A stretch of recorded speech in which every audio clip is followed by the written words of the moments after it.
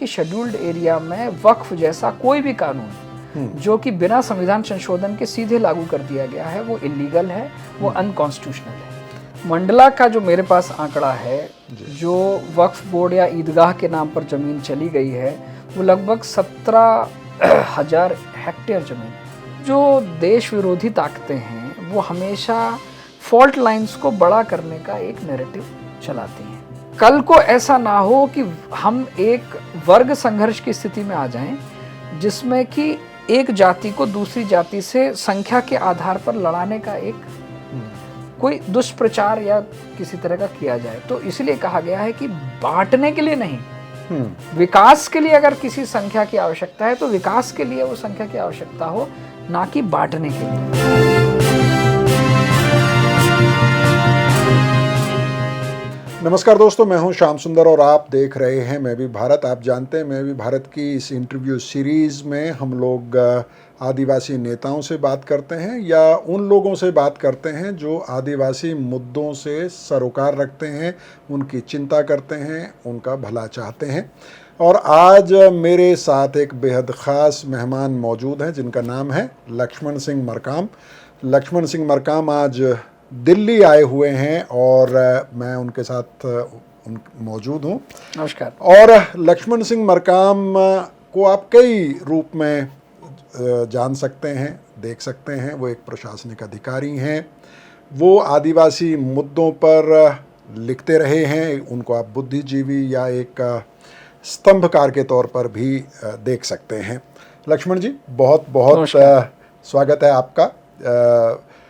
आपका एक social media post मैंने पढ़ा जी। मैं ये तो जितनी भी मेरी समझ है उसमें मुझे इतना तो समझ में आया है कि आदिवासियों के लिए ज़मीन का अधिकार शायद सबसे महत्वपूर्ण अधिकार है।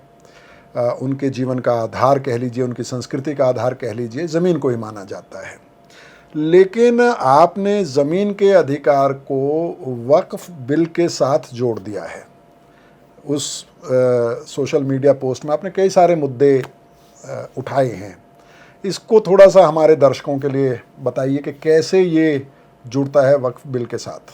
अभी जो विषय चल रहा है वक्फ बोर्ड के अमेंडमेंट के लिए जेपीसी आई है और जेपीसी का नोटिफिकेशन आया।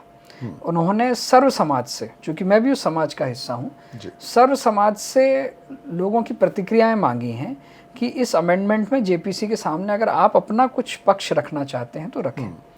तो मैंने वो पक्ष उनके सामने रखे और मेरे पक्ष टेक्निकल मुद्दे हैं।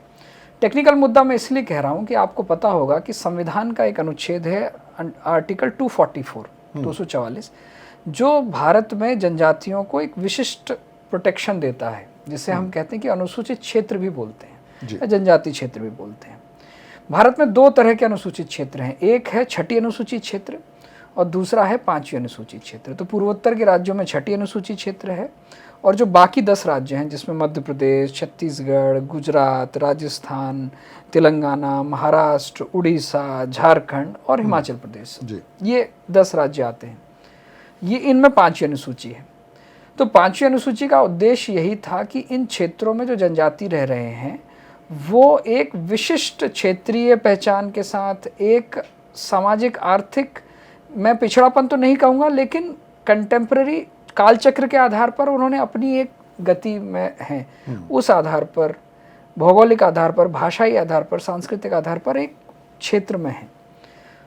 वो क्षेत्र मार्केट एरिया नहीं है, इसलिए बाहर के लोग आकर उनकी इस सांस्कृतिक और सामाजिक और आर्थिक, जिसे हम जनरल भाषा में पिछड़ापन बोलते हैं, उसका लाभ उठाकर उनकी ज़मीनों का हस्तांतरण ना कर लें, इसलिए उनको ज़मीनों के कुछ अधिकार सुरक्षित किए गए। तो ये अधिकार क्या है? मध्य प्रदेश भू राजस्व संहिता या किसी भी राज्य की भू राजस्व संहिता का एक धारा 165 जैसे मध्य प्रदेश में है, वो अधिकार है। ये अधिकार ये बोलते हैं कि अगर किसी ट्राइबल की लैंड को कोई नॉन ट्राइबल या ले रहा है, even with in tribal scheduled area कोई ले रहा है, तो उसे कलेक्टर की अनुमति लेनी होगी। बिना कलेक्टर की अनुमति के कोई भी जनजाति भूमि गैर जनजाति को नहीं जाती है।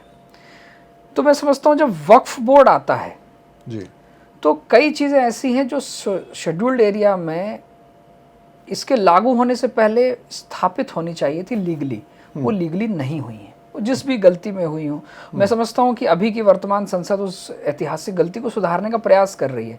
लेकिन लोगों को ये पता होना चाहिए कि जिस प्रकार आपने जब पंचायती राज कानून लाया जी, तो पंचायती राज कानून को आपने शेड्यूल्ड एरिया में सीधे लागू नहीं किया।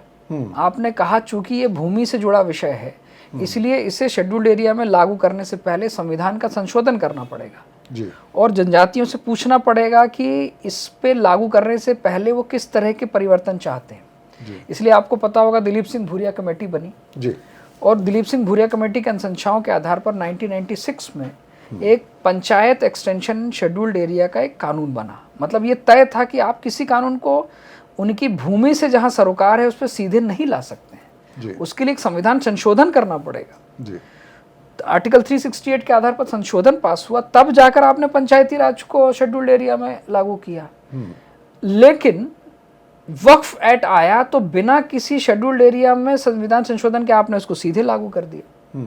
अब हम वक्फ एक्ट के अंदर बड़ी मोटा मोटी चीज़ों की बात ना जाएं, लेकिन एक बात तो तय है कि वक्फ एक्ट में अगर किसी जमीन पर दावा हो जाता है तो उसकी अपील करने का अधिकार वक्फ बोर्ड ही है और उसकी अपील आपको बड़ी अदालत पे उस राज्य की राजधानी में जाकर करनी है। जी, जबकि आदिवासियों के जमीन के अधिकार क्या कहते हैं कि अगर उसकी जमीन का कोई विषय है तो वो ब्लॉक स्तर पर ही एसडीएम के सामने जाकर कचहरी में अपनी बात कहेगा, उसे जिले तक जाने की आवश्यकता नहीं है। लेकिन वक्फ के एक्ट में अगर उसकी जमीन पर दावा हो जाए तो उसे उसी वक्फ के अधिकारियों के सामने जाकर अपनी आवाज उठानी है और अगर वो उसको स्वीकार कर देते हैं या स्वीकार नहीं करते हैं, नकार देते हैं, तो उसके पास सुप्रीम कोर्ट और बड़े बड़े न्यायालयों के जाने के अलावा कोई रास्ता बचता नहीं। जी, तो हम ये कह रहे हैं कि जब संवैधानिक अधिकार सबवर्ट किए जाते हैं किसी कानून के तौर पर, जी, तो वो तो असंवैधानिक है, गैर कानूनी है, उस पर किसी की नज़र नहीं गई होगी। पर बहुत अच्छा है कि अभी जब जेपीसी आई है तो जनजातीय समाज का एक पढ़ा लिखा वर्ग का प्रतिनिधि होने के नाते, एक प्रशासनिक अनुभव होने के नाते मेरा दायित्व है कि जनजातीय समाज के बीच इस विषय को ले जाया जाए और ये बताया जाए कि शेड्यूल्ड एरिया में वक्फ जैसा कोई भी कानून जो कि बिना संविधान संशोधन के सीधे लागू कर दिया गया है वो इलीगल है, वो अनकॉन्स्टिट्यूशनल है। लेकिन अक्सर ये कहा जाता है कि जब आप कोई दावा करते हैं तो वो दावा मजबूत तब माना जाता है जब आप उससे जुड़े हुए कुछ आंकड़े, कुछ तथ्य, कुछ केस स्टडीज़ पेश कर सकें। तो आप जो कह रहे हैं कि आदिवासी इलाकों में वक्फ बोर्ड के ज़रिए आदिवासियों की ज़मीन ले ली जाती है और उनकी कोई सुनवाई नहीं होती है, क्या कुछ आप इस तरह के आंकड़े दे सकते हैं कि कितनी एक ऐसी ज़मीन होगी? बिल्कुल जी, देखिए, मध्य प्रदेश के परिप्रेक्ष्य में तो मैं बता ही सकता हूँ। जैसे मैं मंडला और जबलपुर क्षेत्र से आता हूँ। मंडला का जो मेरे पास आंकड़ा है, जो वक्फ बोर्ड या ईदगाह के नाम पर ज़मीन चली गई है, वो लगभग 17,000 हेक्टेयर ज़मीन है। तो आप ये सोचिए कि ये जो ज़मीनें ईदगाह के नाम पर या किसी नाम पर अगर चली जाती हैं तो वो ज़मीनों पे काबिज तो कोई आदिवासी था, सरकार उसके नाम पर पट्टा दे सकती थी आगे जाकर। लेकिन जो वक्फ है, वक्फ का अरेबिक मीनिंग का मतलब है स्टॉपेज ऑफ मूवमेंट। मतलब जब कोई ज़मीन वक्फ के पास चली जाती तो आगे उस ज़मीन का कोई और मूवमेंट नहीं है। मतलब आप उसको लीगली वापस लेना, उसकी खरीद बिक्री नहीं हो सकती, किसी को और को नहीं दे सकते इसमें। लेकिन अगर आप मतलब इस बात को अगर हम देखें मजहबी तौर पर, इंडोनेशिया के वक्फ की एक्ट की बात करें या और अरेबिक देशों में जो वक्फ की बात की जाती है, उस भूमि से आप कोई आय भी अर्जित नहीं कर सकते। लेकिन यहाँ पर तो जनजातीय क्षेत्रों में, आदिवासी क्षेत्रों में उस ज़मीन पर दुकानें बनाकर उन्हें किराए पे चढ़ाया जा रहा है और उनसे पैसा लिया जा रहा है। तो ये उनके ही शरिया एक्ट के आधार पर ये तो स्वीकार नहीं है। तो जब हम ये बात कर रहे हैं कि अगर रिलीजियस राइट की बात हो रही है तो उसको इन टोटलिटी एक्सेप्ट होना चाहिए जी, तो ना कि रिलीजियस राइट भी मिले और उसका हम वायलेशन भी कर लें और उसका लाभ भी लें। मध्य प्रदेश अकेले ही लगभग 25,000 प्रॉपर्टियां वक्फ की हैं, 25,000 जी, और इन प्रॉपर्टियों में बहुत बड़ी संख्या जनजाति क्षेत्रों में। अब हम इसलिए नहीं कह सकते क्योंकि वो जब वक्त मतलब उतनी इंट्रिकेसीज पे हम नहीं जाते हैं। दूसरा एक और विषय है जी। आप भी चलते होंगे हाईवेज पे जी। तो आप देखते होंगे, मैं अक्सर जबलपुर से नागपुर या जो नए हाईवेज जा रहे हैं, नए हाईवेज बने हैं जो कि जंगल के बीच से निकल रहे हैं जी। अब जंगल के बीच से निकलते हुए हाईवे में जिस हाईवे पे मैं खुद चल रहा हूं, मैं देख रहा हूं कि वहां पर हाईवे है, पहले कोई मजार नहीं है। लेकिन अचानक रातों रात वहां पर जबलपुर नागपुर हाईवे की बात करूं या किसी बड़े हाईवे की बात करें, नया हाईवे है लेकिन अचानक वहां पर रातों रात एक मजार आ जाती। वहां पर कौन खत्म हुए उसकी कोई जानकारी नहीं है। एक नॉन बायोलॉजिकल, उसके नीचे कोई बायोलॉजिकल नहीं है, केवल ईंट पत्थर हैं, वो मजार आ जाती है। फिर धीरे से उस मजार के पीछे एक कमरा आ जाता है, फिर धीरे से कमरे के साथ साथ की ज़मीनें आ जाती हैं, फिर दुकानें आ जाती हैं। तो आप ये, और बाद में वो ज़मीन धीरे धीरे तौर पर एक वक्फ की प्रॉपर्टी हो जाती है। तो या हम ये कह रहे हैं कि अगर वास्तव में आप सोचते हैं कि फॉरेस्ट की लैंड को कोई ट्राइबल लेने जाता है तो उससे पूछा जाता है कि तुम्हारा पट्टा कहाँ है, तुम यहाँ पर काबिज कैसे हो, कई तरह के उसको दस्तावेज देने होते हैं। लेकिन जंगलों में जहाँ पर कि उस वर्ग विशेष की कोई पॉपुलेशन नहीं है, अचानक से मज़ारें कैसे आ जा रही हैं? क्या उन मज़ारों के लिए फॉरेस्ट वालों को जो भी ऑब्जेक्शन करना है वो करना, तो ये एक आंतरिक सुरक्षा का भी विषय है। क्योंकि हम उन प्रदेशों से जूझ रहे हैं जहाँ पर एक बड़ी संख्या में आरोप लग रहे हैं कि जो भारत के नागरिक नहीं हैं वो लोग भी आकर बसते जा रहे हैं। आप मुझे अपने अगले सवाल की तरफ ले गए। मैं अगले सवाल पे आ ही रहा था कि आपके ऊपर ये आरोप लग सकता है कि आप इस मुद्दे के बहाने एक डिवीज़न पैदा करने की कोशिश कर रहे हैं आदिवासी और मुसलमानों में। और हम लोग झारखंड चुनाव दूर नहीं हैं, संताल परगना में इस तरह की बातें सुनने में आ रही हैं। संसद में भी निशिकांत दुबे जी और बाकी सांसद जो झारखंड के हैं इस तरह के मुद्दा उठाते रहे हैं। बीजेपी के बड़े नेता भी झारखंड में उठा रहे हैं कि संताल परगना में आदिवासी लड़कियों से शादी करके आदिवासियों की ज़मीनें लूटी जा रही हैं। तो इसका काउंटर आप कैसे करेंगे कि ये आपका कोई राजनीतिक एजेंडा नहीं है या चुनाव में फ़ायदा लेने का एजेंडा नहीं है? देखिए, मैं रानी दुर्गावती का वंशज हूँ जी। रानी दुर्गावती ने अकबर से लड़ाई लड़ी। अकबर एक बहुत बड़ी ताकत थे, उनकी बहुत छोटी सेना थी। तो जब हुकूक की बात आती है ना, जिसको हम कह सकते हैं कि जब अस्तित्व की बात आती है, तो जहाँ पर आदिवासी का अस्तित्व ही जब ज़मीन से जुड़ा हुआ है जी, और जब उसके ज़मीन पे ही डाका, मतलब अगर आपने झारखंड की बात कही है तो 10,500 हेक्टेयर से अधिक की ज़मीन, ये बात कही गई है कि वो लैंड जिहाद के तौर पर, मतलब आदिवासी लड़कियों से विवाह कर कर उन लड़कियों के नाम पर खरीदी हुई ज़मीन और उसको फिर वक्फ में दान देने वाला भी विषय आ गया है। तो आप ये बताइए कि जो अपने देह से ज़्यादा अपनी भूमि को प्यार करता हो, अगर उससे उसकी भूमि किसी षड्यंत्र के तहत पर ले ली जाएगी तो उसके पास लड़ने का कोई अधिकार नहीं है, उसके पास लड़ने के लिए कुछ जीने का कोई वजह नहीं है। तो लोग जब भी आदिवासी विषय पे धार्मिक विषय लाते हैं तो मैं ये अक्सर कहता हूँ कि हम तब से हैं जब इन धर्मों का उदय नहीं हुआ था, और हम तब से उस ज़मीन पर काबिज हैं जब तक इन धर्मों की कोई बात नहीं करता था। जैसे मैं अपने इतिहास की बात करूं तो गोंड समाज का इतिहास ईसा पूर्व है, बहुत पुराना है। तो हमारे लिए तो ये धर्म से पैदा होने से पहले हम इस ज़मीन पर काबिज हैं। तो हमारे लिए तो ज़मीन धर्म से पुरानी व्यवस्था है। तो हमारे लिए धर्म से के आड़े आने से ज़्यादा ज़रूरी जल जंगल ज़मीन का विषय है। और जल जंगल ज़मीन के विषय पर जो भी लोग अगर किसी भी अनैतिक तरीके से उस जल जंगल ज़मीन को हथियाने का प्रयास करेंगे तो जनजाति अपनी पूरी ताकत के साथ उस जल जंगल ज़मीन को हथियाने के प्रयास को रोकने का प्रयास करेगा।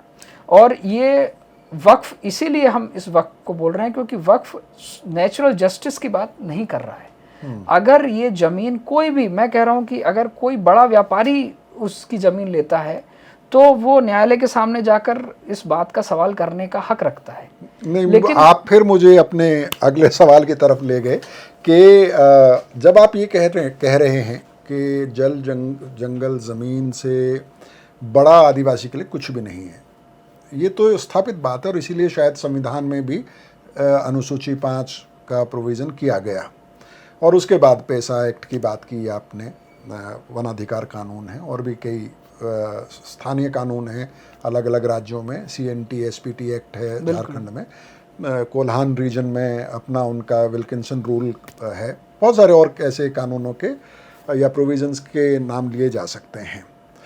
तो जब आप इतनी चिंता आदिवासियों की ज़मीन के कर रहे हैं तो आपसे एक सवाल हो सकता है कि लक्ष्मण सिंह जी, आप अडानी जब ज़मीन लेते हैं या और व्यापारिक घराने ज़मीन लेते हैं, जंगल काटे जाते हैं, आदिवासी विस्थापित होते हैं, उसकी चिंता छोड़ के आप वक्फ की चिंता ज़्यादा कर रहे हैं। बिल्कुल लाजमी सवाल है, लेकिन मैं समझता हूँ आपके सवाल में ही जवाब छुपा है। जैसे मैंने पहले कहा कि आर्टिकल 165 है जी, जो कि इंडिविजुअल की कोई ज़मीन कोई दूसरा लेने से पहले उसे कलेक्टर की अनुमति लेनी है। मतलब कि जब तक इंडिविजुअल ना चाहे तो, क्योंकि जब वो आवेदन ही नहीं करेगा तो अनुमति कैसे मिलेगी। तो एक इंडिविजुअल स्तर पर जी, जैसे व्यक्तिगत स्तर पर उसकी इच्छा के विरुद्ध ये संभव नहीं है।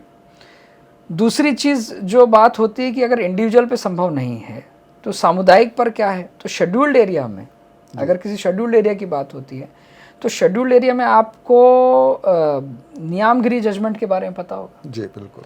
आपने जो आंध्र प्रदेश का एक समता जजमेंट है वो सुना जी बिल्कुल, ऐतिहासिक है। ऐतिहासिक जजमेंट है। तो एक तो नियामगिरी जजमेंट और एक समता जजमेंट। समता जजमेंट और नियामगिरी जजमेंट को अगर आप गौर से देखेंगे तो सुप्रीम कोर्ट ने कहा है कि अगर ग्राम सभा ने ये तय कर दिया है कि हम ये ज़मीन किसी भी मुआवजे के बिना नहीं देना चाहते हैं, तो सुप्रीम कोर्ट ने भी ग्राम सभा की उस बात को माना है।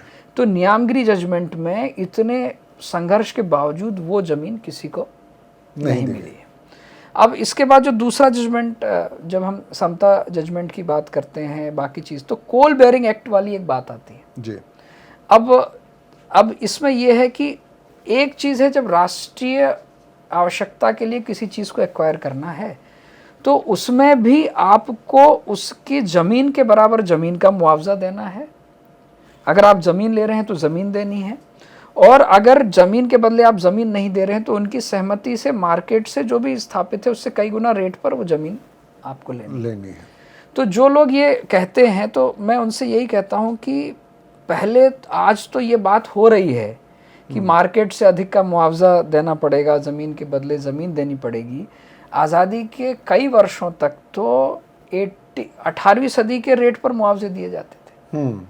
तब तो पूछा नहीं गया। जो पंचशील के सिद्धांत की बात मैं करता हूँ, पंचशील के जो एक बड़े उन्होंने जो पंचशील का सिद्धांत किया, देश में एक आंकड़ा है कि देश में जितने विस्थापित हैं उसके 40% विस्थापित इन्हीं के कार्यकाल में विस्थापित हुए जिनको कोई मुआवजा नहीं दिया गया। और टोटल जो विस्थापितों में से सबसे बड़ी संख्या इनकी है। तो हम ये बात कह रहे हैं कि अगर कोई राजमार्ग जाना है या कोल बेयरिंग एक्ट की बात है या कुछ, तो आदिवासियों के पास आज कम से कम ये अधिकार तो है कि हम ग्राम सभा में हमसे पूछा जाएगा, और ग्राम सभा में पूछे जाने के बाद भी अगर वो राष्ट्रीय महत्व के लिए आवश्यक है या एनर्जी के लिए आवश्यक है तो मार्केट से कई गुना पे उनको मुआवजा दिया जाएगा और सेटलमेंट इसका पॉलिसी में प्रोविजन है।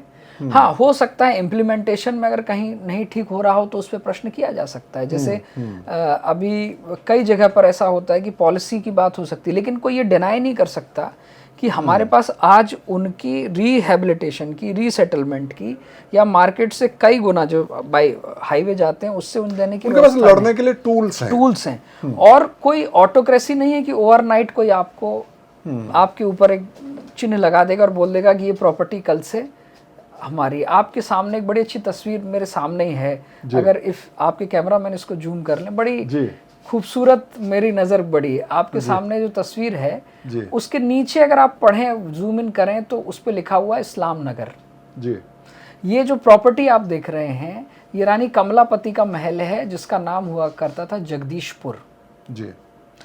और जगदीशपुर जो इस्लाम नगर आया कैसे, जिनको आप भोपाल के नवाब बोलते हैं, वो उनकी सेना में मतलब नीचे के लोग बनकर आए थे और उन्होंने उनसे मैत्री का प्रस्ताव दिया, बोला कि हम दिल्ली सल्तनत से लौट कर आए हैं, आप हमें अपनी सेना में हिस्सा दे दें और हम बहुत परिवार वाले लोग हैं, हमें आप हिस्सा दे दीजिए। तो इन्होंने, जो रानी थी भोपाल की कमलापति, उन्होंने उनको दोस्त मोहम्मद खान बोलकर उनको अपनी सेना में हिस्सा दे दिया।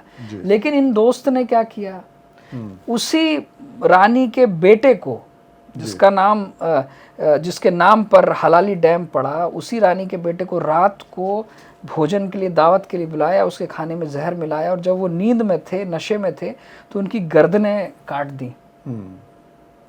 तो दोस्त मोहम्मद खान के कारण ये हुआ। तो ये इतिहास है कि जब कोई आज झारखंड में कोई आ रहा है, दोस्ती के नाम पर कोई चीज़ ले रहा है, तो फिजिकल कत्ल ना हो, लेकिन इस तरह से उनके जगदीशपुर को इस्लाम नगर ना बनाया जाए। ये जो आप फोटो देख रहे हैं ये वास्तविक उदाहरण है कि किस तरह जगदीशपुर इस्लाम नगर बन जाता है और आज सभी लोग पूरे भोपाल को नवाबों का शहर जानने लगते हैं और ये भूल जाते हैं कि भोपाल को बसाने वाले और उसके राजा तो आदिवासी थे जी। खैर, आदिवासी इतिहास, आदिवासी महापुरुषों पर जो बहस है उस पर कभी तसल्ली से आपके साथ भोपाल में चर्चा होगी। आपने कई सारी चीज़ें छेड़ दी हैं, पैसा एक्ट की बात छेड़ दी है और भी कई मुद्दे आपने छेड़े हैं, उनकी आइडेंटिटी से जुड़े हुए मुद्दे छेड़े हैं। अभी अगर पैसा एक्ट की बात करें तो मध्य प्रदेश भी कोई बहुत कहें कि बहुत चैम्पियन अपने आप को नहीं कह सकता है। पैसा एक्ट बहुत लेट आपके यहाँ पे इम्प्लीमेंट हुआ। उसका एक कारण है जी। देखिए, जब पैसा एक्ट 96 में आया जी, तो उसमें ये कहा गया था कि 1 साल के भीतर सभी राज्यों को पैसा एक्ट इम्प्लीमेंट कर देना है जी। 96 में तो हम नहीं थे, मतलब हम इन द सेंस की वर्तमान की जो बात हो रही है, तो 96 के अंदर 97 तक तो ये मैं नहीं था, तो मैं उस वक्त की बात नहीं, अभी की मैं बात बता सकता हूँ। तो 97 तक तो लागू नहीं हुआ। अब सवाल ये होता है कि जैसे ही पैसा एक्ट जमीन पर लागू करने गए उसमें कुछ ऑब्जेक्शन सामने खड़े हो गए जी। जिसमें एक सबसे बड़ा ऑब्जेक्शन ये था कि पैसा एक्ट जंगलों के अधिकार तो देता है जी, लेकिन फॉरेस्ट एक्ट तो जंगलों के अधिकार नहीं दे रहा था। तो ये एनोमली समझ में आई कि पैसा एक्ट में तो जंगल के अधिकार दिए जाने हैं, लेकिन जो फॉरेस्ट का अधिकार है वो तो इसमें शामिल नहीं, क्योंकि फॉरेस्ट वालों ने बोल दिया कि पैसा एक्ट तो भाई आपके लिए, ये हम फॉरेस्ट में इसको लागू नहीं करेंगे। तो 98 में जब अटल बिहारी वाजपेयी जी की गवर्नमेंट आई तो उन्होंने इस एनोमली को समझा और उन्होंने ये बोला कि जब, क्योंकि जनजाति कहाँ रह रहे हैं, जंगल में आपका पैसा एक्ट आप अधिकार दे रहे हो, लेकिन वो अधिकार तो रेवेन्यू लैंड तक ही सीमित है, वो फॉरेस्ट लैंड पे तो लागू नहीं होगा, क्योंकि फॉरेस्ट पे आपका राइट क्या है, फॉरेस्ट राइट एक्ट 1927 का है। तो आपने अधिकार दे दिया लेकिन अधिकार छीन भी लिया, बोला कि साहब ये पैसा एक्ट तो आपका लागू हो गया लेकिन फॉरेस्ट राइट एक्ट के लिए तो फॉरेस्ट एक्ट के लिए तो आपको अलग से कानून लाना है। तो 98 में अटल बिहारी वाजपेयी जी ने जब अलग मंत्रालय बनाया और ये प्रक्रिया शुरू करी कि केवल पैसा एक्ट से काम नहीं चलेगा, आपको फॉरेस्ट एक्ट में भी संशोधन लाने पड़ेंगे जी। और ये 98 से ये बात शुरू की गई और ये बात लगभग 2004 तक, क्योंकि फॉरेस्ट जो है वो जॉइंट में मतलब उस अनुसूची में आता है जिसमें राज्य का भी अधिकार है और केंद्र का भी अधिकार है, और केंद्र इसमें डायरेक्टिव देने वाला अधिकार है, इम्प्लीमेंटेशन एजेंसी राज्य की है। तो केंद्र अगर कोई डायरेक्टिव देता तो उसे चर्चा भी कुछ करके देनी थी। तो ये बार चर्चा होते होते, पूछते पूछते, सारा कुछ होते होते 2004 तक ये बात आके फिर अटक गई जी। फिर 2004 में ये मूल आदेश केवल पैसा एक्ट के लिए ही था कि पैसा एक्ट में जो ट्राइबल रह रहे हैं जी, उनके लिए ही ये अधिकार हो, लेकिन बाद में फिर अदर फॉरेस्ट ड्वेलर की भी इसमें बात जोड़ दी गई। तो फिर और कुछ और डिस्कशन आगे चले और तब जाके 2006 में फॉरेस्ट राइट एक्ट आया। तो आप ये मान के चले कि 96 से 2006 तक तो हम यही द्वंद्व में थे कि पैसा को लागू कर लेंगे लेकिन वन के अधिकार तो दे नहीं पाएंगे जी। तो जब 2006 में फॉरेस्ट राइट एक्ट आया, 2006 में आने के बाद फिर ये बात हुई कि फॉरेस्ट राइट एक्ट के इम्प्लीमेंटेशन की बात होगी, लेकिन मॉडल पेसा के एक्ट 2010 में आए। तो फिर 2011 में फिर चर्चा हुई कि मॉडल एक्ट जब तक नहीं आया था तब तक बाकी कैसे बना लेते, क्योंकि 98 में जो लागू कर दिए गए थे उसमें नीचे के नियमों की बात ही नहीं आई। तो फिर मॉडल एक्ट में जो ये बात हुई कि इसमें जहां पर आप अधिकार दे सकते हैं उन अधिकारों को दे दीजिए। तो जब 2011 में मॉडल एक्ट आया तो जो पेशा में अधिकार थे उसमें 4 अधिकारों को छोड़कर बाकी जितने अधिकार थे उन्होंने रिस्पेक्टिव पंचायती राज कानून में उनको अमेंडमेंट कर दिया जी। और जो 4 कानून उसमें केवल बच गए थे वो था वनोपज का अधिकार, लघु खनिज का अधिकार, आबकारी का अधिकार और वहाँ के जो मतलब सांस्कृतिक अधिकार हैं, जो ये अधिकारों का मतलब जिसे हम कस्टमरी लॉज बोल सकते हैं, क्योंकि ये 4 अधिकार साइलेंट थे। तो ऐसा नहीं, मध्य प्रदेश ने इन 4 के अलावा बाकी चीज़ों के रिस्पेक्टिव अमेंडमेंट अपने पंचायती राज कानून में कर लिए थे। ये जो आया ये एक उन कानूनों का एक कंपेंडियम आया कि सारे कानूनों को हम एक ही रूल्स में हमने लाकर रख दिया और उसको एक साथ लागू कर दिया और उसका कुछ राजनीतिक फायदा भी शिवराज सिंह चौहान जी को हुआ। मैं समझता हूँ कि पेशा कानून या जो डायरेक्ट डेमोक्रेसी है ये इस पे सरकार से ज़्यादा जी ये समाज की कलेक्टिव कॉन्शियसनेस का एक कानून है। तो कई लोग जो बात करते हैं कि साहब सरकार ने लागू करना ज़मीनी, तो ये बात यह है कि समाज को इसे समझते हुए स्वीकृत करते हुए इसके लागू करना है। ये कोई टर्न की प्रोजेक्ट नहीं है। तो जो लोग बोलते ना कि दुर्घटना से देर भली तो हम सोचते हैं कहीं पत्थलगड़ी जैसे ऐसे मूवमेंट आकर इस अधिकार का कहीं अराष्ट्रीय गतिविधियों में ना ले जाएं। उससे बेहतर है कि धीरे धीरे शनै शनै समाज इन कानूनों अधिकारों को समझते हुए एक समग्रता से इसको राष्ट्र के भले के लिए इसको इम्प्लीमेंट करें। लक्ष्मण जी, आपसे बात करने में मुझे मज़ा भी आ रहा है और आप मुझे उकसा भी रहे हैं और सवाल करने के लिए। लेकिन चलिए एक सवाल आपसे पूछ लेता हूं कि जातिवार जनगणना की बहुत चर्चा हो रही है। क्या आप ये मानते हैं कि जब जातिवार जनगणना की बात हो रही है तो जनजातियों की भी गणना होनी चाहिए? क्योंकि एक बड़े सेक्शन में ये मांग हो रही है कि जनगणना के फॉर्म में आदिवासियों की पहचान के लिए अलग कॉलम होना चाहिए और आज़ादी से पहले शायद होता भी था, ऐसे दावे किए जाते हैं। मैं इसमें क्योंकि ये मेरा बहुत प्रिय विषय है जी और इस विषय को मैं बहुत तथ्यात्मक रूप से अध्ययन भी करता हूँ जी। मैं इस विषय को 2 हिस्सों में तोड़ता हूँ। एक तो पहली चीज़ है कि आज़ादी के बाद सेंसस में शेड्यूल कास्ट और शेड्यूल ट्राइब की न्यूमरेशन होता है जी और एकदम हाउस सेंसस के तहत होता है। भारत में अगर वो माइग्रेट नहीं कर रहे हैं तो भारत का कोई भी जनजाति या शेड्यूल कास्ट या शेड्यूल ट्राइब वो सेंसस से अनकाउंटेड नहीं रह सकता। वो कौन सी ट्राइब है, वो ट्राइब में कौन सी सब ट्राइब है, वो कौन सी लैंग्वेज बोलते हैं, ये सारी चीज़ें उसमें है दर्ज होती हैं। रही बात इसके अलावा जो माइनॉरिटी हैं उनकी भी जनसंख्या दर्ज होती है। मतलब अगर आप रिलीजियस माइनॉरिटी हैं तो वो भी जनसंख्या दर्ज होती है। तो जो बात बच जाती है वो ये बच जाती है कि 1931 के बाद कास्ट सेंसस क्यों नहीं हुआ। तो मैं इसमें आपको थोड़ा पीछे लेके जाऊंगा कि जब भी आप किसी बेनिफिट की बात करते हैं तो बेनिफिट में संख्या के बल के आधार पर बेनिफिट में से लार्जर पीस ऑफ केक लेने की भी बात होती है जी। तो मैं समझता हूं कि जो अभी संघ की केरल में बैठक हुई है जी उसमें माननीय हमारे जो प्रचार विभाग के प्रमुख हैं उन्होंने ये बात कही कि भारत में स्किल के तौर पर कौन सी जाति का कौन सा स्किल है, इसके विकास के लिए ये आंकड़े तो होने चाहिए, लेकिन जाति की संख्या के आधार पर समाज को विभाजन करने का जो खेल है वो नहीं होना चाहिए। तो हमें ये नहीं भूलना चाहिए कि भारत में कभी भी भाषाई आधार पर राज्यों की कल्पना नहीं थी जी। तो सतत जो देश विरोधी ताकतें हैं वो हमेशा फॉल्ट लाइंस को बड़ा करने का एक नैरेटिव चलाती हैं। तो पहले भाषाई आधार पर हुई, जो हम जेवीपी कमेटी जवाहरलाल नेहरू ये कमेटी की बात करते हैं तो उन्होंने भी पहले इसका विरोध किया, लेकिन हम देख रहे हैं कि भाषाई आधार पर राज्यों की परिकल्पना हुई। फिर तो एक ये बात आई कि एक ही भाषा बोलने वाले आधार भी क्षेत्रीय आधार पर 2 राज्य बटे। जी। फिर कल को ऐसा ना हो कि हम एक वर्ग संघर्ष की स्थिति में आ जाएं जिसमें कि एक जाति को दूसरी जाति से संख्या के आधार पर लड़ाने का एक कोई दुष्प्रचार या किसी तरह का किया जाए। तो इसलिए कहा गया है कि बांटने के लिए नहीं, विकास के लिए अगर किसी संख्या की आवश्यकता है तो विकास के लिए वो संख्या की आवश्यकता हो, ना कि बांटने के लिए।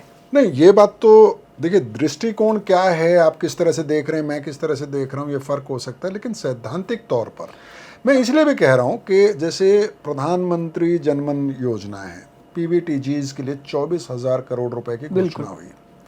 बिरसा मुंडा की जन्मस्थली से जाके प्रधानमंत्री ने घोषणा की, बहुत ही अच्छी बात है, बहुत बढ़िया। और उसका मैं समझता हूँ कि एक बहुत ही सफलतम योजनाओं में। हाँ, लेकिन उसमें चुनौतियां भी आई, और चुनौती सबसे पहली ये आई कि ट्राइबल अफेयर्स मिनिस्ट्री को भी समय लगा ये पता लगाने में कि एक्चुअली पीवीटीजी के कितने परिवार हैं देश भर में। एक आंकड़ा आया, फिर दूसरा आया, फिर तीसरा आया, नेशनल मीडिया में रिपोर्ट हुआ है और उसको कोई काउंटर नहीं किया गया। मैं इसका टेक्निकल पार्ट बताता हूँ। पीवीटीजीज के लिए 2 लेयर पे काम होता है जी। एक होता है इंडिविजुअल लेयर पे और एक होता है कम्युनिटी के लेयर पे। तो हर देश में, जैसे मध्य प्रदेश में 3 पीवीटीजीज हैं, बैगा, भारिया, सहरिया। और छत्तीसगढ़ की बात करें तो वहाँ पे माड़िया है, पहाड़ी कोरवा है ना, और पंडो है। हाँ, पंडो है। तो ऐसे होता क्या है कि इनके लिए हमने एक क्षेत्र बना रखे हैं, जैसे हम बैगा विकास प्राधिकरण बोलते हैं जी, भारिया विकास प्राधिकरण बोलते हैं, और हम कहते हैं जो सहरिया विकास प्राधिकरण है। तो विकास प्राधिकरण में हम ये देखते हैं कि नेचुरल हैबिटेट जो उनका उस क्षेत्र में है जी, तो उस क्षेत्र में नेचुरल हैबिटेट में जो रहेगा उसके लिए हम एक इंडिविजुअल स्तर पर पोषण आहार योजना और बाकी सारी योजनाएं उस क्षेत्र में उसके हैबिटेट राइट्स होने कारण देंगे जी। लेकिन मान लीजिए कि इनमें से कुछ लोग चूंकि नौकरी पाने के लिए कहीं बाहर चले जाते हैं, माइग्रेट कर जाते हैं, और उससे एक आइडेंटिफाइड एरिया से बाहर हैं जो कि एरिया आइडेंटिफाइड नहीं है विकास प्राधिकरण के तौर पर जी। तो जब ये जनमन योजना आई तो जनमन योजना में जो स्टेट गवर्नमेंट्स का मैंडेट था वो तो जो इनका एक एरिया है बैगा विकास प्राधिकरण का या सहरिया विकास प्राधिकरण के, वो चिन्हित जिले हैं, चिन्हित हाउसेस हैं, चिन्हित हैं। लेकिन जनमन योजना ने इससे बाहर जाकर कहा कि अगर कोई माइग्रेट भी कर गया है वो किसी नई जगह पर जाकर सेटलमेंट कर लेता है और वहां पर इनके आइडेंटिफाइड हैबिटेट नहीं है तो भी उनको इस योजना का लाभ दिया जाएगा।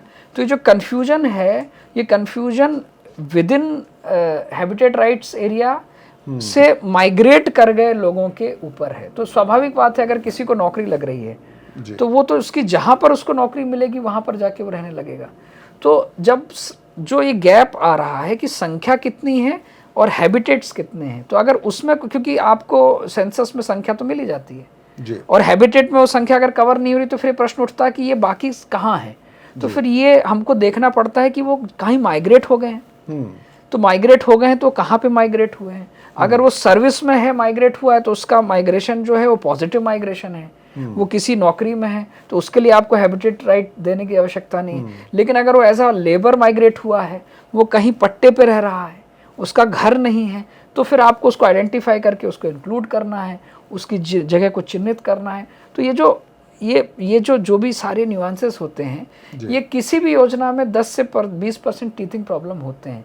और इसका लार्जर इम्पैक्ट यही होता है कि आप किसी को उसके नौकरी मिलने वाले क्षेत्र में अगर वो चला जाता है तो भी आप उसको एक्सटेंड कर रहे हैं उन बेनिफिट को।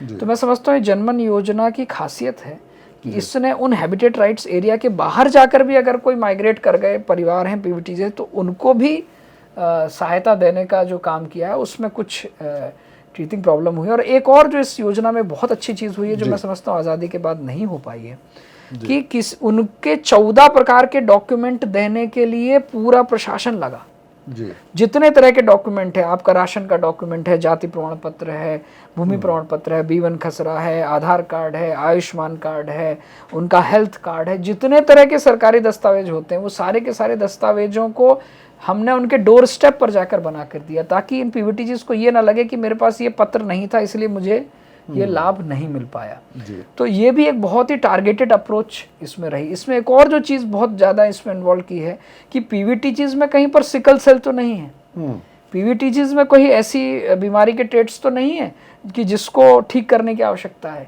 तो इस माध्यम से उनको ये योजनाओं के लाभ के लिए भी उनकी एक स्क्रीनिंग की शुरुआत की गई कि उनकी सिकल सेल भी देखी जाए, क्योंकि उनकी पॉपुलेशन का डिक्लाइन कहीं किसी ऐसी बीमारी कारण तो नहीं हो रहा है जो बीमारी वंशानुगत हो। तो मैं समझता हूँ एक जो ये कंसंट्रेटेड अप्रोच है इनके करने के पीछे कि आप अंत्योदय की बात कर रहे हो कि ट्राइबल में भी जो संख्या में कम है, जो इनके पास पॉलिटिकल माइट नहीं है, जिनके पास कोई ऐसी संख्या नहीं है कि वो अपनी बात को संख्या बल के आधार पर मनवा सकें, उनकी भी उतनी ही चिंता की जा रही है, उतनी ही प्राथमिकता के साथ उनके पास तक योजनाओं को ले जाया जा रहा है और उनके हर एक उस दस्तावेज को बनाया जा रहा है जिसके अभाव में वो कहीं योजना का लाभ लेने के लिए वंचित न रह जाए। तो मैं समझता हूँ कि आज़ादी 75 के बाद जो ये देश की सबसे कमज़ोर कड़ी को मजबूत करने का प्रयास किया जा रहा है, उसका एक में उद्देश्य ये है कि उस अंत्योदय का विकास करके भारत का जो विजन है 2047 तक भारत के सभी समाज एक उस विकास की उस रेखा तक पहुंच जाएं जहां पर उनको मूलभूत सुविधाओं को प्राप्त करने का कोई अभाव ना हो। जी लक्ष्मण जी, आपने हमारे लिए समय निकाला, धन्यवाद। बहुत मज़ा आया आपसे बात करके। बहुत सारे विषयों पर मैं उनसे बात करना चाहता था, लेकिन काफ़ी लंबी बातचीत हो गई है, कई मुद्दे उन्होंने छेड़े हैं। मेरी कोशिश होगी कि फिर उनके साथ एक बार फुर्सत में बैठकर आदिवासी मुद्दों पर बातचीत होगी, लेकिन फ़िलहाल मुझे अनुमति दें। धन्यवाद, नमस्कार।